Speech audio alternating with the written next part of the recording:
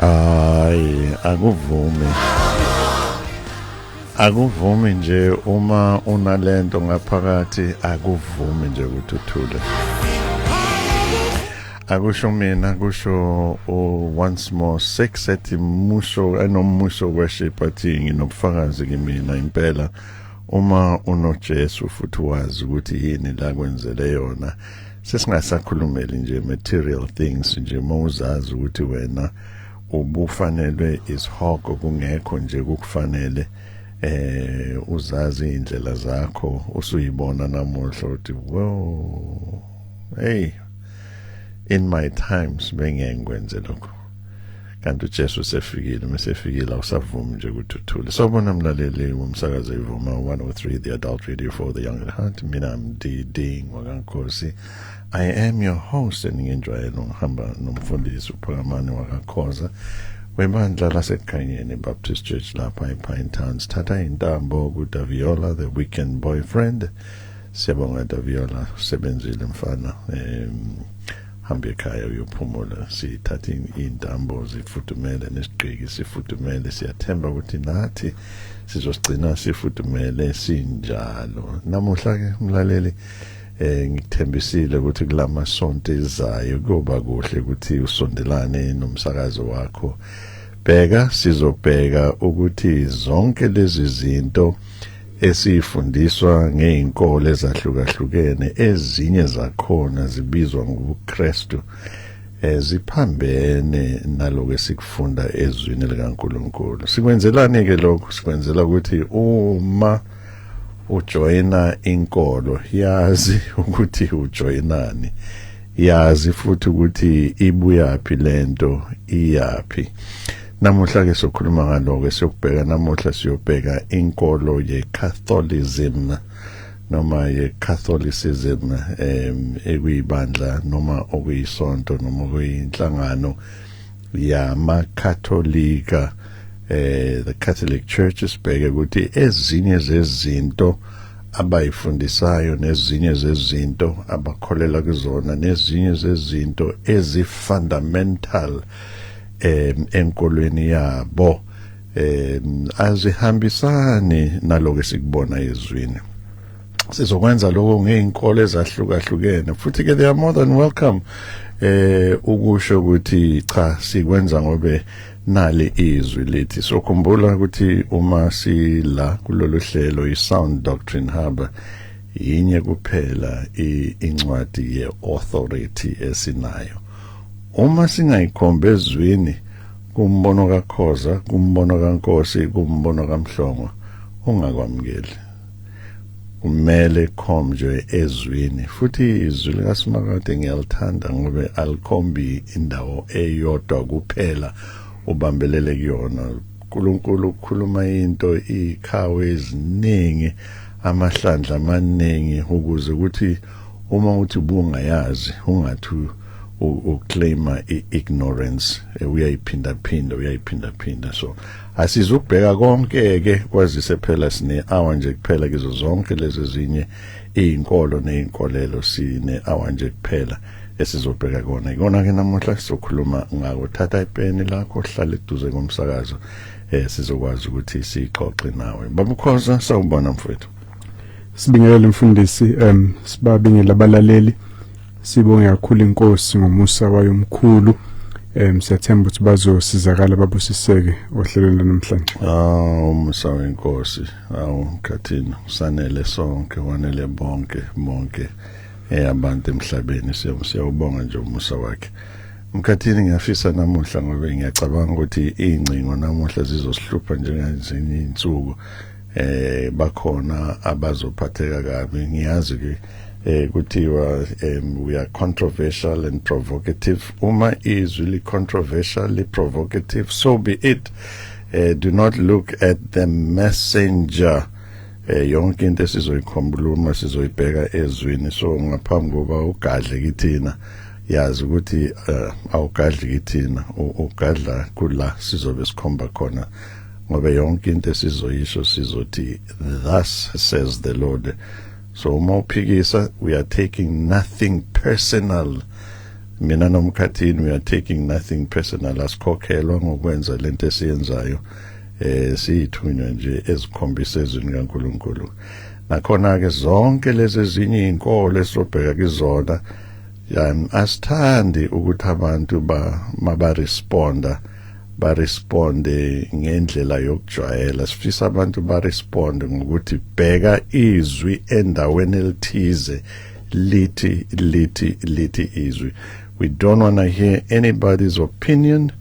We want the authority that comes from God, unless of course asikhulumi ngoNkulunkulu munye. Uma wena uNkulunkulu wakho kungumunye uNkulunkulu kungena uNkulunkulu oseBhayibhelini, asoze sikuphikise ngoba thina sikhuluma ngalo uNkulunkulu oseBhayibhelini oneincwadi ezu66 kuphela, not 72, not 77, not 82, not 15, not 20, 66 books. So i-argument yonke ozoba nayo sibe nale argument kwi-66 books, because that is what we regard as the authoritative word of God. Mkhathini ngaphambi koba singene kule nkulumo yethu namuhla njengejwayelo sicela usibongele Mkhathini. Baba, siyabonga ngezwi lakho elenza sizazi izimiso zakho nengqondo yakho, siyazi intando yakho. Siyathandaza ukuthi usize namhlanje masizoqhathanisa inkolo emakatholika nalokho wena osambulele khona. Sisiza ukuthi sikhulume ngenhlonipho, sikhulume kodwa ngesibindi nokwethembeka kulokho kwambulile. Ngiyathandaza baba ukuthi kube khona obasizayo, abanye abadukisekile ngalezi zinto ezinye soyiveza, ubavule amehlo. Abakhethweyo bakho kungenzeka ukuthi bakuyona lenkolo kodwa bengazi ngalezi zinto. Ngiyathandaza ukuthi ubasize Nkosi, amehla bavuleke. Kube khona abantu basindisayo, likhule nebandla lakho lidlondlobale ekuqondeni nasekunderstandeni amanye amaphutha enziwa inkolo yobukatholika. Siyacela ukuthi konke kulethe udumo kuwena futhi kube usizo kwabakhethweyo bakho egameni likaJesu. Amen. Amen. Amen Mkhathini. Mhlambe ngaphambi koba siqale lesihloko sethu Mkhathini, asiye lapha kunalenkonzo ezoba khona lapha, le outreach elapha eHammersdale kule sonto elizayo. Ngithi uma ngingaphosisa umhla ka18 kwazise ukuthi ibandla lase Sound Doctrine Fellowship elilapha eHammersdale kunohlelo abasihlelele lona. Kuhamba njani lapha Mkhathini? Njengoba umfundisi umhla ka18 iOpen Air wayigcinana nokuzwa iOpen Air abantu bemi ezidlangalaleni bememeza kunanombani odlula ngendlela. Wayenza uPaul lento le. Mefika nje Athens ashumayele lapha eMarketplace nako Philippi. So kuzobe kune Open Air outreach lapha eHammersdale. Ekamfundisi umhlongo uzobe khona lapha umhla ka18 umgqibelo lo ngo10 ekseni. Bathi address ikhona lika Thulu no uGwacela Road. Thulu noGwacela Road lapha eHammersdale. Kuthiwa ikagantri impela lapha ngasesikoleni isibuko. Mawehlela ngakhona nje wehlela ngasesibuko lapho kuyithi junction uzojika uright ujikele khona isibuko izobe khona lapha impela. Zikhona nenombolo la uyamenywa noma useduze nalezo ndawo noma awukazi uyibone Open Air uthi into enjani, ufuna ukuzobona ivangeli limenyezelwa nje ezidlangalaleni. uNkulunkulu ayisebenzisa lezo indlela, kodwa ikhona inombolo la ungashayela u076 353 3001 076 353 3001 noma uzame lapha ku073 069 4311 073 069 4311. Umhla ka18 umgqibelo ngo10 ekseni lapha ekhoneni lika Thulu noGwacela Road emkagandra lapha eHammersdale Open Air. Asibakhumbuze Mkhathini ukuthi le mniningwane sibanikeza yona bazayithola lapha kwi Sound Doctrine Fellowship and Sound Doctrine Hub Facebook pages. His Facebook page is Sound Doctrine Fellowship. kanye ne-sound doctrine hub. Lezo indawo ezimbili bazoyithola le mniningwane. Ingo-10 ekseni sovusa omakhelwane abasalele, sibavuse ngoJesu, sibavuse ngomculo omnandi. Bheka wena, kuzobe khona befundise ubaba uMhlongo, ukuyena osiholayo lapha eHammersdale, kube kuno baba Mabhida, ubaba Njilo befundisi sobe namavangeli. Umfoka Thusi uzobe khona naye lapha esivangelela. Kube kumnandi nje, kube kushiyelana inkundla nje ngoJesu, kukhulunywa ngoJesu. uNkulunkulu evumile wonke umuntu umenyiwe. It's an open air and an open invitation. Noma ngabe umuntu ukwazi ukuza nje 2 minutes, uza 5 minutes, uza i-hour lonke, lokho nje uNkulunkulu amvumela wona umuntu. Sesimemezela kibo bonke abantu abaseHammersdale namaphethela. Asiphinde futhi indawo lapho Mkhathini. ikaGantra kuyakubizwa kanjalo, ikhona likaThulu nokuGwacela Road lapha eHammersdale. Ngo-10 ekseni nje ziyobe iqala izinto. Uzokukhumbula ukuthi uJesu wathi Matthew 28:19, hambani nenze izizwe zonke abafundi. Ezinye zendlela lezi liyamenyezelwa izwi likaNkulunkulu, lihlwanyelwe njengembewu, iwe la iwakhona bese kwezinye indawo iyaqhakaza ithele ithelo. Woza kuzolekelela, ulekelele ngemkhuleko yakho, ngobukhona bakho nje ukuze kuqhuquzeleke nabanye. Iyoba usizo kakhulu leyo. Amen. Siyabonga kakhulu, sizophinde siphinde inkosi mayivumela just before sivala ishow, sibakhumbuze ngaphambi kokuba kuphele sivale lolu hlelo. Mkhathini asingene esihlokweni sethu nasanamuhla. Mhlambe angenze nasi statement ukuthi uNkulunkulu akayena umKristu, futhi akakaze abe umKristu uNkulunkulu. uNkulunkulu, he is spirit, and ufuna abantu abazokhuleka kuyena, who will come to him and worship him in truth and in spirit.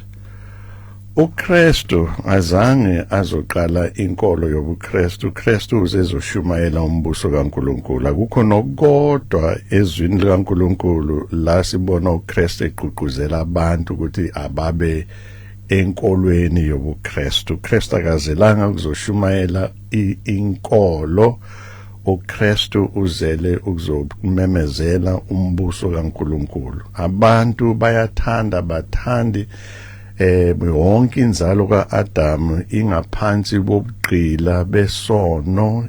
Inzalo yonke kaAdam ingaphansi bobugqila bombusi noma uNkulunkulu walelizwe onikezwe amandla unlimited uNkulunkulu kuSathane. So uKristu uzele ukuzokhipha abantu kumakhamandelo ubugqila besono noSathana bafake embusweni kaNkulunkulu. It so happens ukuthi bathe abantu ngalezo ikhathi babona abantu abalandela uKristu bebabiza ngamagama ahlukahlukene, bebabiza nge-the way. Bathi mabafika eAntioch bababiza ngamaKristu ngoba bebona konke abakwenzayo bakwenzisa okukaKristu futhi belandela uKristu, and they were mimicking uKristu. Base bebizwa ngamaKristu. Akuyena uKristu wathi bonke abantu ababizwa ngamaKristu. So ngifisa ukuyisho leyo upfront ukuthi uNkulunkulu akazelanga, uKristu akazelanga ukuzofaka abantu kwi-religion. So uma sebenzisa leli gama le-religion noma sebenzisa leli gama lenkolo namuhla, silisebenzisa ngalendlela vele emhlabeni si-understanda ngako, sikhuluma ngenkolo. Kepha-ke uKristu akazange athi abantu ababe maKristu, uthi abantu abangena embusweni kaNkulunkulu, futhi ayikho enye indlela yokungena embusweni kaNkulunkulu ngaphandle kukaKristu. So sizokwenza konke lokho. So labantu abaningi noma lama organization noma lamabandla noma bonke laba abazibiza ngamaKristu bashumayela inkolo yobuKristu as we understand inkolo generally ngendlela isetshenziswa ngayo lelo gama nathi sizolisebenzisa njalo because that is how people understand it. Bese kumbuzo uzozibuza ukuthi njengoba amakatholika amaKristu amaNazaretha amaKristu ama-Jehovah's Witness amaKristu ama-Luther amaKristu ama-Anglican amaKristu bonke laba amaKristu why bangashumayeli ivangeli elifanayo ila siyakhona ke ukuthi uma uzojoina inkolo ethize yazi ukuthi ujoine inkolo mhlambe leyo nkolo leyo ayikungenisi embusweni kaNkulunkulu lo uKristu azele ukuzomemezela wona nokufaka abantu. Kungenzeka leyo nkolo leyo yembathiswe uKristu yase ibizwa ngobuKristu kepha ixube izinto eziningi, ixube iculture, ixube ipolitiki, ixube iauthoritarian yamakhosi, ixube izinto eziningi kepha yase embathiswa uKristu. Na ngifisa ukuthi sikusho lokho upfront kuningi ke esingakusho kepha uma sikhuluma ngenkolo yobuKristu sikhuluma in that context, sikhuluma ngabantu abasembusweni bakaNkulunkulu umbuso okaKristu noma umbuso obumenyezela uKristu. Asikhulumi nje nge-religion in the technical sense ye-religion because sizobona kulamasonto ezayo uma sikhuluma ngamanye ama-religion angewona obuKristu ayinkolo nje solely ayinkolo akathintene futhi akahambisani nalombuso kaNkulunkulu. I hope that makes it clear Mkhathini. Sizoloko sibalekelele now nakula siqala khona Mkhathini ngiyafisa siqale ngalento yombuso kaNkulunkulu. Abantu namuhla Mkhathini mhlawumbe before kufika uKristu esefikile uKristu until fast forward manje ku-2026 uma bekhuluma ngalombuso kaNkulunkulu ngalentando kaNkulunkulu ngalento namuhla esesinikeze igama lokuthi iwubuKristu Christianity, iyiphi into esingathi this is authoritative? Uma umuntu athi sikhuluma izwi likaNkulunkulu, where can we point this? Nathi namuhla yonke argument esizoyibeka ukubhekisa ukuthi naba abazibiza ngamaKristu abamakatholika naka bakufundisayo naka abaholela abantu kukona kuphambene na this authoritative word yini ngathi thina lesisebenzisa as the authority regarding lombuso kaNkulunkulu sikhulume ngesibindi. Msobe thina sikholwa ukuthi uNkulunkulu usamblela intando yakhe wasicapturishela yona eBhayibhelini iNkosi 66 zeBhayibheli. AmaKatholika anazo lezi incwadi ezo66 kodwa bese kuba khona nezinye ezo7 ezibizwa ngeapocrypha abayi-edayo kwiTestament elidala bathi icanon yesibili. Bese kuba nama sections encwadini kaDaniel nekaEsther nawo abawa-edayo. Bese bekuthatha lokho njengezwi likaNkulunkulu konke sokuzoyibona inkinga yokuqala ukuthi ma kunembhalo esingayikholela ukuthi izwi likaNkulunkulu esiediwe eBhayibhelini labo vele kuzoba naneyimfundiso ke manje engaveli kuNkulunkulu ezongena la.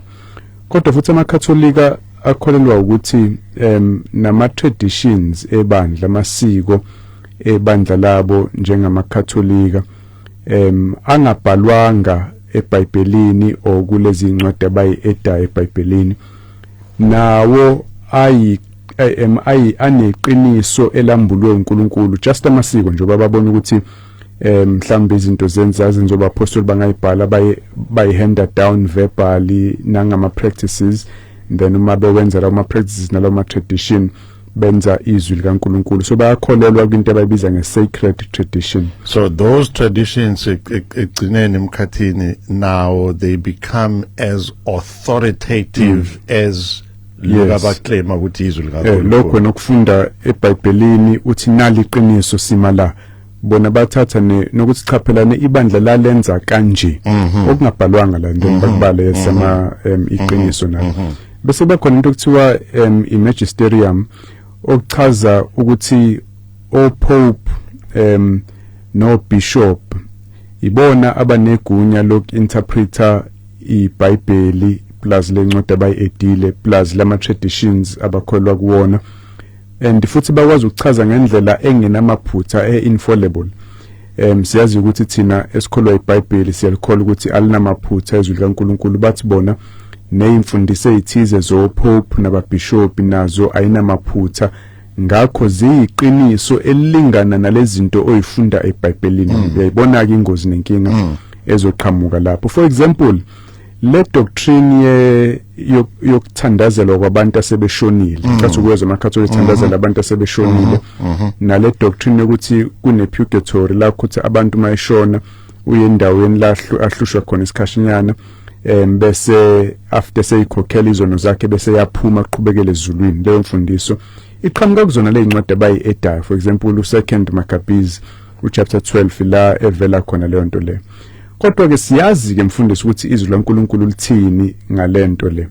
Alivumi ukuthi singathatha iBhayibheli bese si-eda ezinye izinto kulona, noma ingabe apocrypha ezinye incwadi ezingaphefumela uNkulunkulu, noma ingabe ama-traditions, noma ingabe imfundiso zo-pope noma o-bishop, ayikwazi uku-eda. For example, u2 Timothy chapter 3 ngaphambi ukuthi ku2 Timothy chapter 3 mkhathini, unless izophinde sibuye kulento ye-purgatory, because ibaluleke kakhulu lento ye-purgatory. Uma ubheka asikhulume ngesizwe esimnyama okungesona kuphela esikholelwa noma esikhonza abantu asebeshonile, ziningi ezinye izizwe ezikwenzayo lo. Lento ye-purgatory it's more attractive esizweni esimnyama uma uthatha iSouth Africa yodwa nje. Abantu abamnyama eSouth Africa ibona abayithandayo lento. So lento yukukhuleka emathuneni, nikhulekela abantu asebashona, nibakhulekele ukuthi makasesihogweni noma esehayidesi uNkulunkulu akamthethelela izono aphume ehayidesi, ebese ke masekukhuleka uPope noma some saints bese kuyaphuma ehayidesi bese uya ezulwini.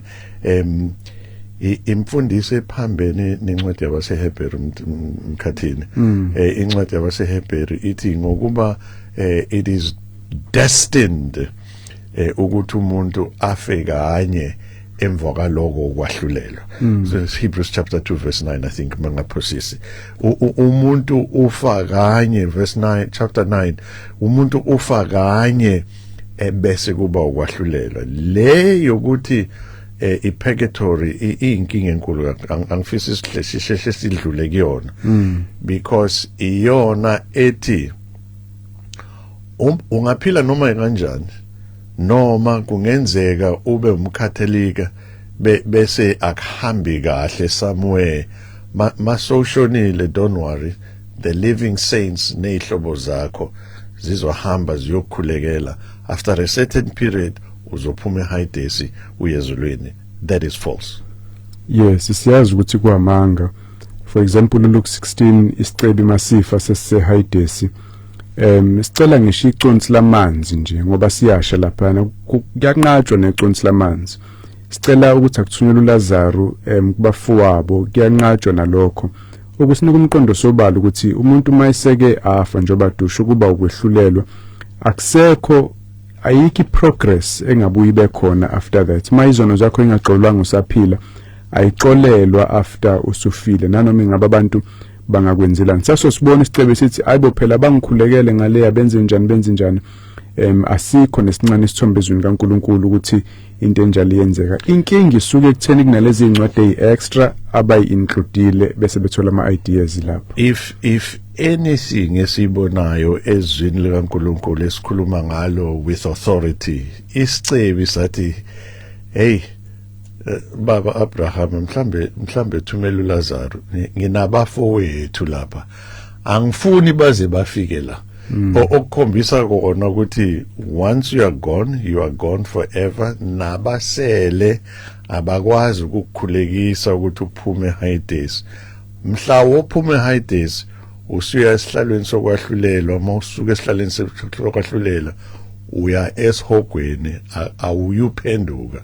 So asiyiboni lento ukuthi abasele emkhathini njengoba usho naye the rich man akayicelelanga ukubuyela emhlabeni ayokhuza abafowabo ukuthi bangezi la, because ubazi kwayena ukuthi hambile no turning back emkhathini impela. Kodwa the main point la ukuthi inkinga kuneyimfundiso abayithola kwezinye indawo hayi ezweni kaNkulunkulu. Yeke kungeduki mawuvumela ukufundiswa ezinye izinto ngaphandle kwezo. Siyazi thina ukuthi imbhalo lezi incwadi ezo66 kuphela iphefumulelwe uNkulunkulu. 2 Timothy 3:16 yonke imbhalo iphefumulelwe uNkulunkulu ilungele ukufundisa, ukusola, ukuqondisa nokuyala ekulungeni ukuze umuntu kaNkulunkulu aphelele, ahlonyiselwe yonke imisebenzi emihle. Siyaphelela masihlala kule mbhalo esiyamukele kubapostoli, asidingi ukueda lutho kuyona. uJesu uyayikhuza kakhulu indaba futhi yokwamukela ama-traditions abantu encwadini kaMark chapter 7 verse 7, bangikhonza ngeze bafundisa imfundiso eziyimiyalo yabantu.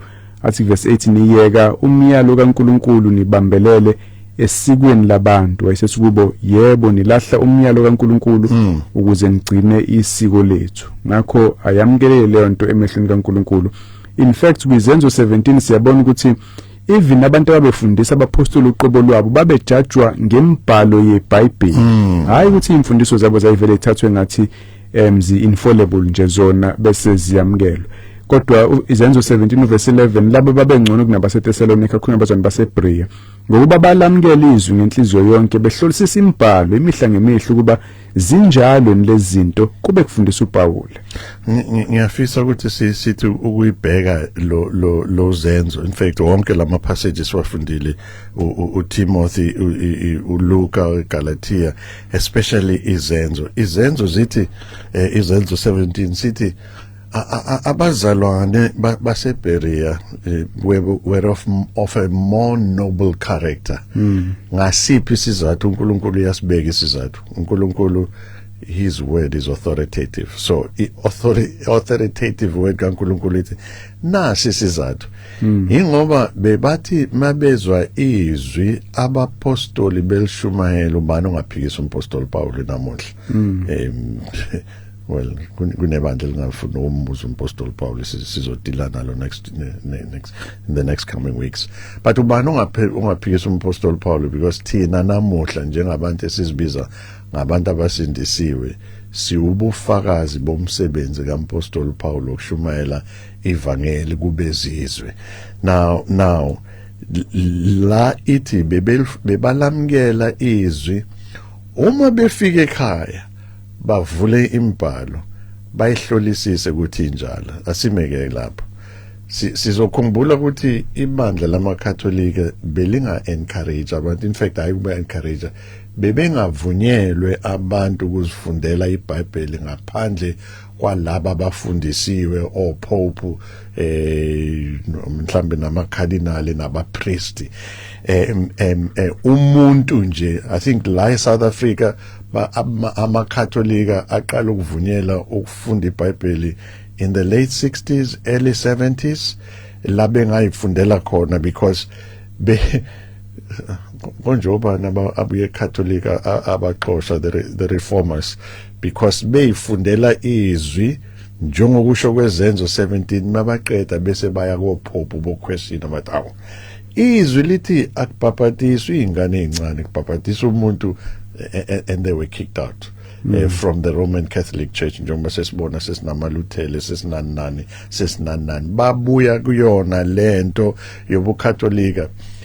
ebaxoshisa ebuKatholikeni lento umkhathini ukuthi bebeyifundela iBhayibheli ebese bayoquestiona oPope. I problem again will emphasize ukuthi ma I source of authority kuyizwi likaNkuluNkulu plus then usuvule ithuba leimfundiso eyidukisayo lapho kubalekile ukuthi sibambelele eBhayibhelini lona kuphela singavuma ukueda ama traditions singavuma ukueda imfundiso zabefundisi noma bangaba nezikhundla eziphakeme singavuma ukueda ezinye incwadi kodwa sibambelele ezwini kaNkuluNkulu sifundisane lona senze lona emabandleni ethu. Inkinga yaloko mkhathini yokulalela abefundisi ingako kulenkolo yobuKristu umsebenzisa leli gama loosely ngalendlela esenza ngayo ingako kulenkolo yobuKristu we have over 5,000 different organizations ezizibiza amaKristu bonke bafundisa into ehlukile amaKatolika namhla ngoba sikhuluma afundisa into ehlukile amaNazaretha azibiza ngamaKristu afundisa into ehlukile amaBaptista azibiza ngamaKristu afundisa into ehlukile amaJehovah's Witness azibiza ngamaKristu ahlukile sonke sifundisa izinto ezihlukile ingane emkhathini iyo lento leyo yokufaka ama-tradition nemithetho yesonto noma yamabandla noma yama-organization ephikisa the authoritative word kaNkulunkulu kanti izwi lithi we are going to be judged ngokuthi senzani ngezwi likaNkulunkulu hayi ngemithetho yebandla. And an even more serious problem eqhamukayo than opuketory ukuthi bafundisa ukuthi umuntu usindiswa kanjani ngoba yona into ebalekile wonke umuntu uyele esontweni ukuthi ayezulwini ngelinye ilanga mawuzoba sebandleni ke elingakukhombisa isango la ngempela usenkingeni. AmaKatholika afundisa ukuthi insindiso iyiprocess akuyona into eyenzeka nje ngesikhathi umuntu ekhola iprocess eqala ngokubhabhadiswa bakholwa ukuthi khona ukubhabhadiswa kuyamgeza ngempela umuntu ezonweni khona le kodwa iprocess include faith ukukholwa kumele ukholwe kodwa kubalekile ukuthi ubhabhadiswe kunendawo yakho then insindiso asikhulume before cause asime khona lapha ekubhabhadisweni kubhabhadiswa ingane kubhabhadiswa ikhonzi kubhabhadiswa when you come to a certain age bese uyabhabhadiswa ukubhabhadiswa khona ufafazwa ngamanzi noma uyacwiliswa ucwile emanzini yini ngalombhabhadiso baze bakholelwe ukuthi umbhabhadiso is process yokuqala yokusindisa. So akucwiliswa emanzini lokushawa isiphambano nokufafazwa ngamanzi including ingane ezincane nanoma ubani ofika sekhulile so kukhona lapho even though ifocusing akho khona kodwa there's a problem ngoba izwi likaNkuluNkulu alisikhombisa ama examples okubhabhadiswa okunjalo uJohane umbhabhadisi wayebhabhadisa eJordani ngoba amanzi ayemaningi noJesu meqale ebhabhadisa kanjalo abapostoli balandela leyo example yakhe kodwa ke they believe ukuthi le baptism yona iyayiqala insindiso empilweni yomuntu bese insindiso igcinwa bathi there's a state of grace ofanele simaintainwe ngama sacrament ukuyodla ke lokho abathi Eucharist isidlo senkosi kahle kahle kodwa ngendlela yawo amaKatholika nokuyoconfessa lapha kumpriest bese wenza imisebenzi emihle yonke le package le yiyo eyenza umuntu abe yiKatholika elihle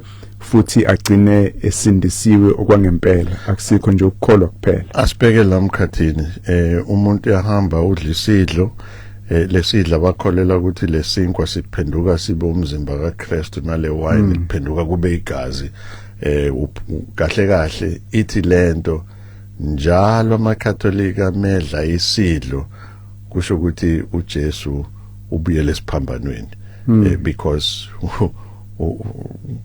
lesinkwa siba umzimba wakhe le wine liba igazi lakhe kusho ukuthi week after week or every time they do that igazi likaJesu liyaphalala okungahambisani naloko sikubona encwadini yabaseHebrew umkhathini ephinda over and over chapter 7 chapter 8 chapter 9 chapter 10 ukuthi uJesu wafa once and for all lesidlo asimbhabhathisa umuntu asimsusi izono, it's only a remembrance.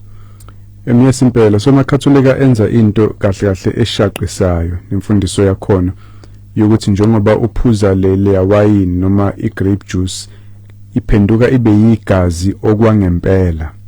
Yebo noma isatheste njenge grape juice kodwa uphuza igazi nokuthi mawudla lesiyasinkwa udla inyama kaJesu okwangempela bathi futhi umudla yena wonke uJesu okuyinto iBhayibheli ke elingayifundisileyo siyazi ukuthi iBhayibheli alihambisani nokuzimzima. No nakancane iTestament elidala la inqabela indaba yokuphuza igazi at all even noma kuthiwe lezilwane let alone elabantu. Kodwa imisunderstanding yenkulumo kaJesu mayethi mawudla umzimba wami uphuza igazi lami wena umuntu oyosindiswa ekhuluma metaphorical mayethi lezinto umzimba wami lohleshwele nina igazi lesivumelwano esisha leli elichithelwe abaningi ukuze baqolelwe izono. Ama symbols akhomba ukufa kaJesu hayi ukuthi ubuya afa nalento esho ibalele umfundisi uHebrews 10:10 ufundisa ukuthi wafa kwakanye ingakho engcono kunemhlatshelo yasemathempelini uTestament elidala okwakufanele ihlezi iphindaphindwa akadingi uJesu ukubulawa njalo njalo ukufa kanye kwanele ukuxolela zonke izono zabo bonke abantu abayoke bakholelwa kuyena ngakho akusiliqiniso lokho. Asiye kule umsebenzi umkhathini because enye yezinto ehanjiswa phambili amakatholika ilento ukuthi imisebenzi yakho iyona ezokulekelela ukuthi uNkulunkulu akufake ezulwini. Lithini izwi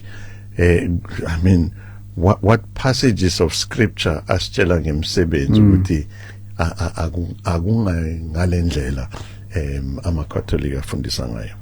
Romans 3:28 ngakho ke sithi umuntu ulungisiswa ngokukholwa ngaphandle kwemisebenzi yomthetho. Mawukholwa nje kuphela ungakabhabhadiswa ungakadli isidlo senkosi ungakayi kuma confession kumpriest ungakenza imisebenzi emihle ngokukholwa kuphela umuntu uyasindiswa. Base Galatia 2:16 sazi ukuthi umuntu akalungisiswe ngemisebenzi yomthetho kodwa ngokukholwa kuphela kuJesu Kristu nathi sikholwa kuJesu Kristu kuba silungisiswe ngokukholwa kuKristu hayi ngemisebenzi yomthetho ngokuba ngemisebenzi yomthetho akukho umuntu oyakulungisiswa.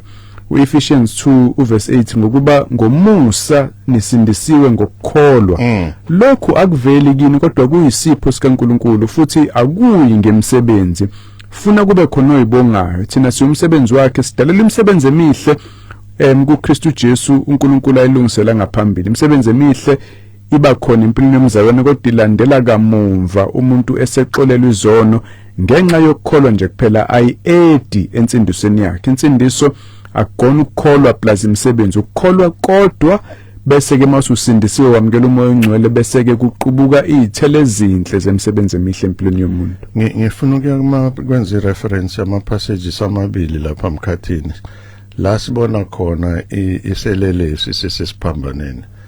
Leso selelesi azange siyobhabhathiswa.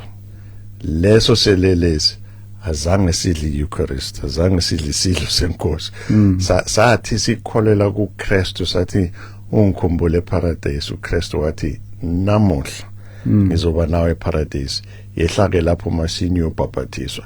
Namuhla ngizoba nawe eparadise yehlake lapho masinya uyodla isidlo senkosi ukuze iparadise. So already it shows ukuthi imisebenzi nokubhabhathisa akusebenzi. Enye passage ngifuna sirefere kuyona uthi uKristu lapha uNkulunkulu lapha encwadini yaka Isaya uthi yonke lemisebenzi yene emihle hayi imisebenzi emibi imisebenzi emihle izidwedwe ezingcolile emkhathini. So kusho ukuthi if wena uthi mina bengishumayela bengishumayeza abantu abawu 500,000 every Sunday kuyivuma abalalele bengenza lokho uNkosi uNkulunkulu uthi konke lokho kuyidwedwe ezingcolile. Le idwedwe ezingcolile siyazi ukuthi ukhuluma ngama sanitary towels angcolile. Uthi ungezi kimi ungitshele ukuthi imisebenzi yakho umunye kuphela umsindisi uKristu ngokukholwa nothing else emkhathini. kuyiqinisa impela ibalekile le amabandla amaningi ayigeje la kuthi amabandla omthetho afundisa abantu ukugcina imithetho yamabandla nama uniform nani bese kuba abantu becabanga ukuthi basindiswa ngalezo zinto kanti umuntu ukholwa nje kuJesu. Ngenxa yesikhathi emkhathini ngifuna siye la kulento yabapriest ukuthi abapriest upope ama cardinals zonke laba abasemagunyeni ibona kuphela abavunyele ukuba abaxhumanisi phakathi komuntu noNkulunkulu okuyinto esingayibona ezwini ebese sidedela ama calls lapha ku 0737091991 abalaleli bazothumela ama voice notes nama text messages wabo nalapha ku Facebook page yethu Sound Doctrine Hub Facebook page kanti ungashaya bukhoma sithatha ucingo lakho khona la ku 0861010300 0861010300 asibone lento the mediatory role of mere mortals called priests.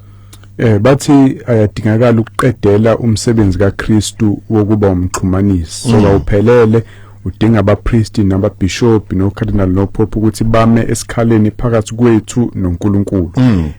Lento yokuyovumizwa nokumpriest into ebalele ayikho optional into kufanele uyenze ngoba umpriest uyena ozokunxusela enkosini uyena ozothi uxolele noma uxolele.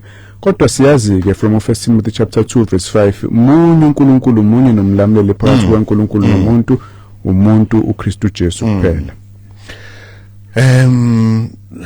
Ithini lento mkhathini ngumuntu yena esekholelwe kumsebenzi ophelelisiwe owenzelwe uKristu ukuthi every believer use umpriest awudinge umpriest omunye ogcotshwa abanye abantu kukuphi la ezwini sibona khona ukuthi every individual esindiswe ngempela inelungelo lokuziyela kuNkulunkulu ngqo asikho isizathu noma awukho umgomo noma ayikho i-commandment kaNkulunkulu e-authoritative ethi hambe yodlula emntwini namuhla.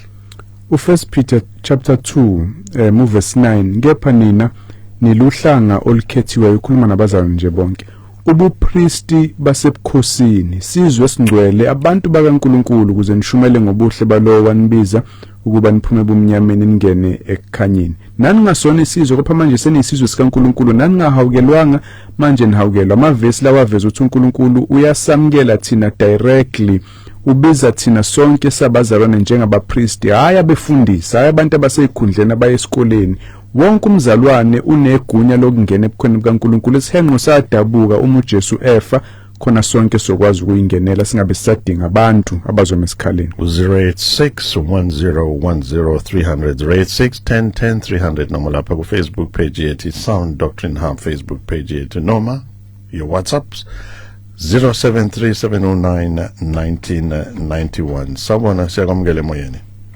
Babumfundisi Nkosi babumfundisi Khoza nesinda lonke leSound Doctrine Hub sabingelela egameni leNkosi uJesu Kristu amen. Baba mina isikhathi asikho mfethu qapho njengensizwe encane. Okay angibele ngezini nje straight sir. 1 Corinthians chapter 2 verse 7 kodwa sikhuluma ukuhlakanipha kukaNkulunkulu emfihlakalweni efishiweyo uNkulunkulu akumisela ngaphambili kube inkazimulo yethu kusukela kwaphakade. Bese 1 Timothy chapter 4 verse 8 ngoba ukujwayeza umzimba kusiza ingcosana lapho kumesaba uNkulunkulu kusiza ezideni zonke kunesithembiso salokho kuphila nalokho okusayo. Bese ngivala ke ngoGalatians chapter 2 verse 19 uthi uPaul ngokuba ngomthetho mina ngafa kuumthetho ukuze ngiphelele uNkulunkulu ngibethele kanye noKristu amen. Amen baba. Ngiyabonga kakhulu nakamyeni. Sawubona siyakwamukela emoyeni. Ayibona Nkosi inkamama namhlanje egameni likaJesu ngizama ukufundisa mngani. Amajolo. Hayi namhlanje kuyafuzwa. Sisaphila. Saphila babamajolo. Kubeka babamajolo kubeka. Nalento nje ukuqasishane baba.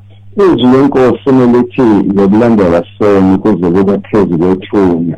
Ngale sengikwahluleka ubani umuntu angabambe egunya ngayo into mesihle umuntu uNkulunkulu ngikulandele kuze kube phezulu kwethunya ukuthi mawuhlulekile ube uphenduka ukufundisa ukuthi kulepho zilothuna esiphelile akasekho umuntu osenegugu okuqala kwesibili baba izinto ezingikhathazayo kukhona abantu abathi bakholelwa abantu bakubo esebasho kuba babasose ekulahleni bayiphile nokuphakathi ngiza kanjani lento bethi uNkulunkulu ngokulandela kuze besethuneni efethuneni indaba yaphela kuba khona umuntu othi ukholelwa ukuthi abantu bakubo bangena embusweni kaNkulunkulu ngubani kodwa mina ngenza umsebenzi ojule kangaka noJesu mawubuka indlela akwenzeka kuyena kwaba isimangaliso esikhulu kangaka mina ke ngivumela baba ngoba mina angilungise phambi kaNkulunkulu ukukholo kwami njengoba ngifundisa nje baba lapho asithathe nilekelele ukuthi ngelinye ilanga mesidlule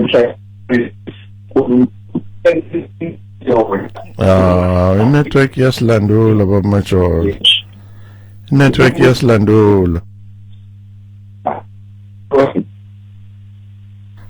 inomona le network dabohla baba Majola inomona impela kodwa sizwile the first part yalento boyisho nomathemba kanqumala uthi amen bafundisi bethu sesikhona sinilalele kwintokozo kuba nani usho njalo naye uThembi kaDimba noMakhumalo lapha eSimero bashinto efanayo uFilmoni Mhlabela uthi sibonge bobaba nisho kahle impela ukuthi izwi siliyekele izikhulumele lona kungabi imbono yethu noko-ke mina angigculisekanga ngendlela okwenzeka ngayo ngiveza ukwami ukuqonda ngezwi kodwa niyashaya indiva nishaya indiva eyami kwakukhulunywa nge-life after death angazi mhlawumbe uyamuzwa umkhathini ukukhuluma ngani uThabiso kaMahema uthi great job siyabonga Thabiso kaMahema ukhayilihle kamthimkhulu uthandibonani bafundisi bezwe liphilileyo sesikhona sinilalele siyanthanda nezimfundiso zombuso kaNkulunkulu Philemon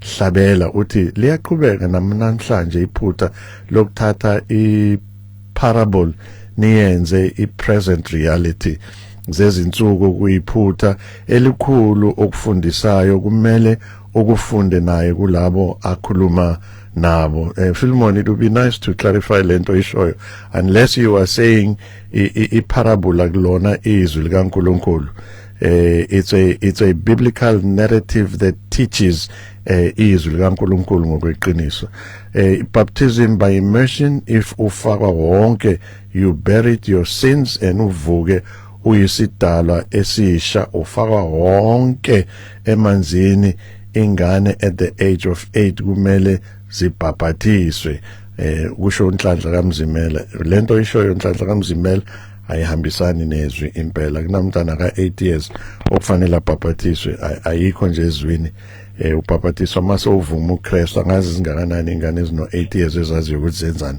angisho ukuthi azike ezisindisayo kodwa akuyona imfundiso necommandment yezwi leyo sakamkele moyeni sawubona ma ayibonge Nkosi amen ma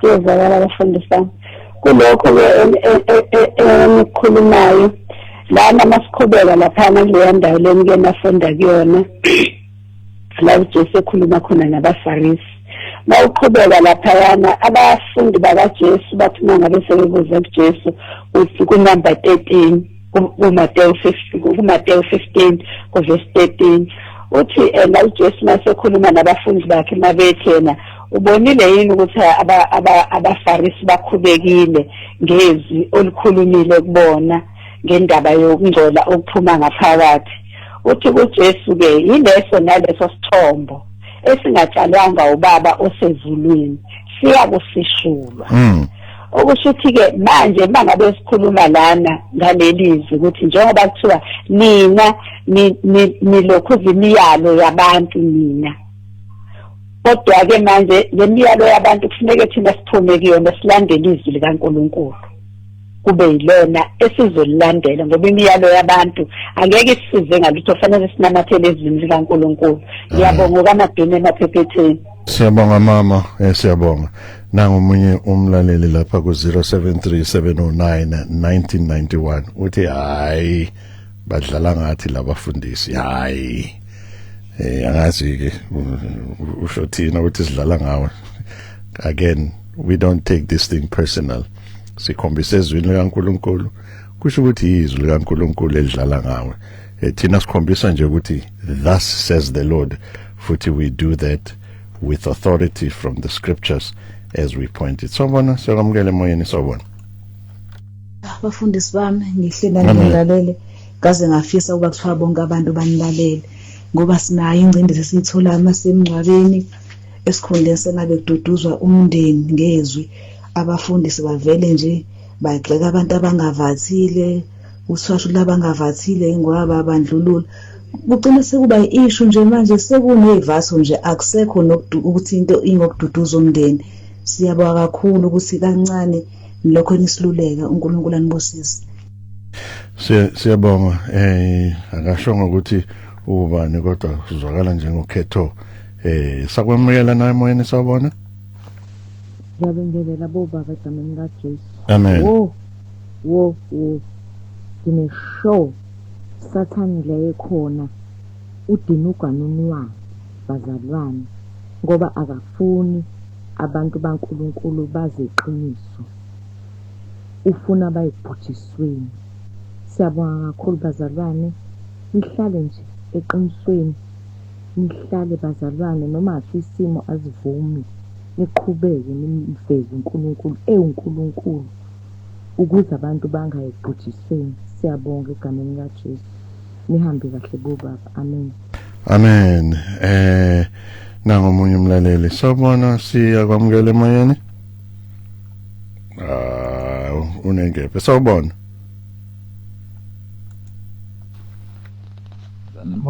Sanibona bogogo nomkhulu. Hayi ivuke ebuthongweni lensizwa, mina ngisesemuhle nje. I'm 62 but angiyena nomkhulu wabazukulu bami ababili kuphela because angazi wena mfethu noma so umkhulu. Sesingathi ningenza a thorough study before broadcasting. I'm disappointed when treating parables as reality. Ngiyacabanga ilensizwa ye-reality ilo kanje ekhulume ngalento uyayiphinda futhi lento. You can be disappointed, Baba, that's fine, and this is the truth of the word, and we're going to repeat it tomorrow.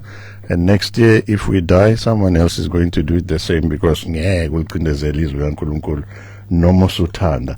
Amen. Bafundisi bami, ngicela ukubuza ukuthi ku wrong yini ukubhaphathiswa kwezingane ezincane? It's very, very, very, very wrong. Kepha mkhathini kusele iminute elilodwa, so ngabaphendula laba bakhona esibethethe incingo zabo. uLuke 16 akasi parable ngendlela uJesu ayichaza ngayo nokukhuluma amagama abantu kuyona ama parables kwakuba symbolic nje ekhuluma ngezinto engesiba abantu. Cela ukuvala ngale mfundisi, which is the most glaring issue sonke sibonayo masihlangana namakatholika, ukuthi akhonza uMary nama saints. Ayathandaza kuMaria, ayathandaza koJosepha, nabanye singazange sizwe ngabe eBhayibhelini futhi bona babathola kule ncwadi abayedile oAnna namanye ama saints bayathandaza kubona. Ngashaqeka recently ngisemncwabeni banamaculo oAnna sithembele kuwe, Anna ocwebileyo, izinto kufanele bezindumisa yakuNkulunkulu. Kodwa siyazi eBhayibhelini ukuthi munye uNkulunkulu, munye umlamleli kubantu noNkulunkulu. Ama saints awasizi ngalutho. Bese sithi Isaiah 42 verse 8, nginguSimakade ileli igama lami, angikumnika omunye inkazimulo yami, nezithombe ibaziweyo udumo lami. uNkulunkulu akafuna ukushare udumo lwakhe noMaria noma namanye ama saints. Uthi uNkulunkulu ngowithoba kaKristu eziphendula in-nothing. Ngiyathanda i-NIV ibeka njalo, uziphendule in-nothing ngokuthi abe umuntu. uNkulunkulu wamnikeza igama eliphezulu kwawo wonke amagama, wasethe egameni likaKristu onke amadola ezulwini nasemhlabeni naphansi komhlaba ayawuguqa. Zonke izilimi ezulwini nasemhlabeni naphansi komhlaba ziyomemeza zithi uJesu uyinkosi. Hayi uMaria, hayi uAnna, hayi uPope, hayi uNkosi, hayi uKhoza, hayi uShembe, hayi uSithole, hayi uLhanyane, hayi uBanibani, uKristu uyinkosi. Uma zonke izizwe zenza njalo bese leli verse bese lithi bese uba uNkulunkulu uthola uduma. Isikhathi ngesixhosa liwuchaba luchaba lixesha mina nomkhathini sithi khoma sibonana nawe ngesonto elizayo nake sikushiya nawe funda belo ukuzifundela izwi likaNkulunkulu ngokwenze njalo awusona istudent sandoda thizeni noma nkosikazi thizeni noma ngaba umpostoli noma ngaba unkhoza noma ngaba upope imbala kepha students kamoya ingcwele uNkulunkulu akakusize sibonane nawe ngesonto elizayo sale ngomusa. This program